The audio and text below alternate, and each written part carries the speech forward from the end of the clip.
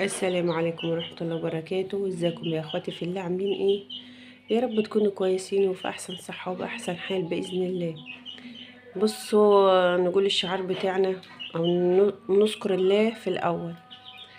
لا اله الا الله وحده لا شريك له، له الحمد وله الملك وهو على كل شيء قدير. وصلى على الرسول همك يزول بإذن الله.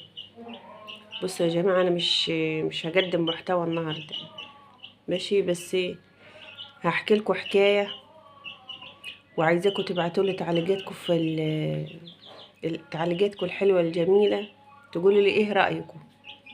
ماشي يا احلى اخوات في الدنيا، ما تنسونيش باللايك والاشتراك، ربنا ما يحرمني منكم يا رب.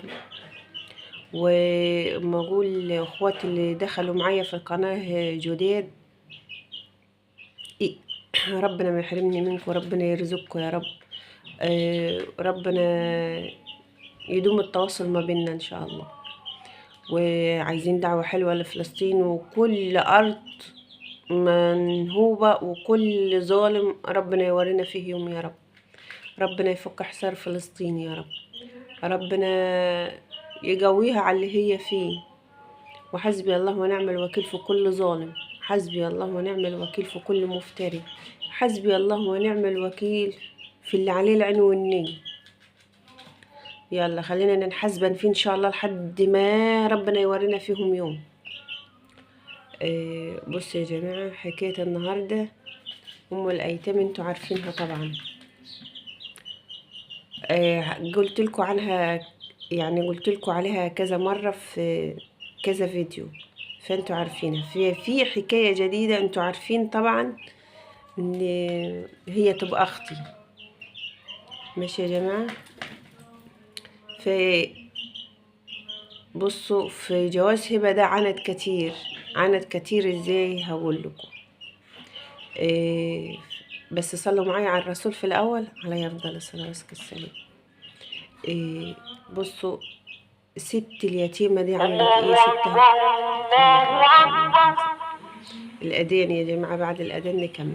لا إله إلا الله ولا حول ولا قوة إلا بالله العلي العظيم، وأشهد أن لا إله إلا الله وأشهد أن محمدا عبده ورسوله.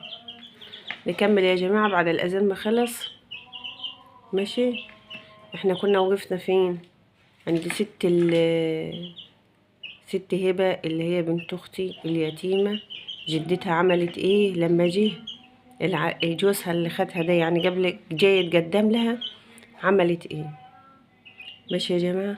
راحت، يعني اختي قالت له ايه؟ لا انت، هي ليها عميم، تروح تطلبها من عميمها، ماشي؟ فراح يطلبها من عميمها يا جماعة، راحوا هددوه، انت لو خدت بنت اخونا احنا هنعمل فيك ونسوي، هنعمل فيك ونسوي ازاي؟ اللي يقول له مثلا ده انا هموتك، واللي يقول له لا انت مش قد المقام، واللي يقول له، مع ان حالة العريس ده احسن منهم هم شخصيا، ماشي؟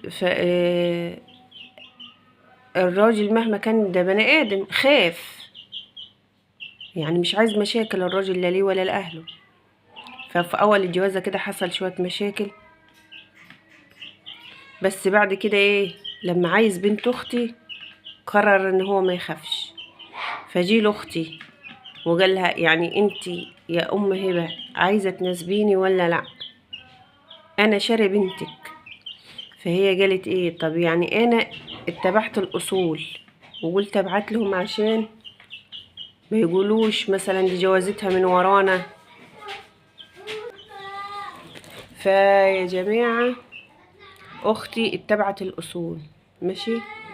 وهم ما كانوش عايزين يمشوا تبع الاصول، فهددوا العريس وشتموه وقال له انتوا مش، لو مش عايزين حد او مثلا مش عايزين تستقبلوه، لا ده اكرام الضيف واجب، حتى لو مش هيقول على بنتكم اكرام الضيف واجب، لا دول شتيمه واهانه وقله ادب. بس يا رودي، ماشي؟ فالواد كان شاري بنت اختي، واختي طبعا دي ارمله، ما ضمنتش، ما حدش يا جماعه ضمن عمره ولا حد ضمن نفسه، عايزه تستر بناتها عشان ما ضمنتش نفسها، ماشي؟ فعملت ايه؟ قولوا لي يعني التصرف ده صح ولا غلط.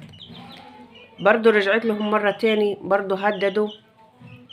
عشان في حاجة يا جماعة، جدة بنت اختي انا اللي جدتها ام ابوها بتحب الماديات. بتحب الماديات ازاي؟ يعني عايزة اللي يجي ياخد بنت من بنات، وبيحصل فعلا من بنات ولادها، بتخليه يجيب لها هدايا زي اللي بيجيبها للبنات بالظبط، لعرايسهم. فده طبعا كان هيجي بيت ابويا، لان اختي عندنا احنا، ما كانش هيروح عندها. فهي ما رضتش بيه، كانت عايزه تتجوز البت مزاجها هي، بكيفها هي. فاختي ما لدش عليها الوضع ده، دي بنتي انا، ما حدش يتحكم فيها. فبأمر القانون يا جماعة جدهم واصي. فهي عشان تفك الحصر ده عملت ايه؟ قدمت فيهم بلاغ في النقطة. ماشي. فراحت قدم وخدت عليهم تعهد محدش يتعرض ليها ولا لبناتها. فبالأمر ده يعني بالحكاية اللي عملتها دي فكت الحصر من على بناتها. كده هم قالوا لها احنا ملناش بيهم، احنا متبرئين منهم، يكش ترميهم البحر، يكش مش عارفه ايه. هي خدت عليهم عدم تعرض عشان محدش يتعرض للعريس ده، لا هو ولا اهله. ماشي. ومحدش يتحكم فيها وبناتها، وهي امهم اولى بالوصيه بتاعتهم. ماشي يا جماعه. فالحمد لله إيه، جوزنا هبه. وهي سبحان الله دلوقتي جوزها اللي معاها دلوقتي، بصوا والله العظيم لو طال يجيب لها نجمة من السماء هيجيبها لها. يعني راجل فقير وغلبان ومستور يعني الحمد لله، يعني كلنا فقراء لله، بس مرتاح عنهم في الماديات، مرتاح عن بيت ابو هبة اللي للاسف برضو يبقى ابن عمي. ماشي يا جماعة. فعايزاكم تقولوا لي ايه رأيكم في التعليقات في القصة دي. وعلى فكرة يا جماعة اللي لما احكوه لكم ده واقع والله العظيم، دي اختي. وفي قصة تاني ام محمود يا جماعة، اللي عايز يسمعها يقول لي في التعليقات عايزين نسمع قصة ام محمود دي. بصوا والله العظيم لو سمحتوا حكايتها اغلب من الغلب، اغلب من الغلب، ده تخلي الواحد يبكي وحياة ربنا. ربنا يا رب يعدي أزمتها على خير ويفك كربها يا جماعة. والسلام عليكم ورحمة الله وبركاته. يا جماعة لو سمحتوا ما تنسونيش باللايك والاشتراك فضلا وليس أمرا، أحلى وأحسن أخوات في الدنيا. والسلام عليكم ورحمة الله وبركاته.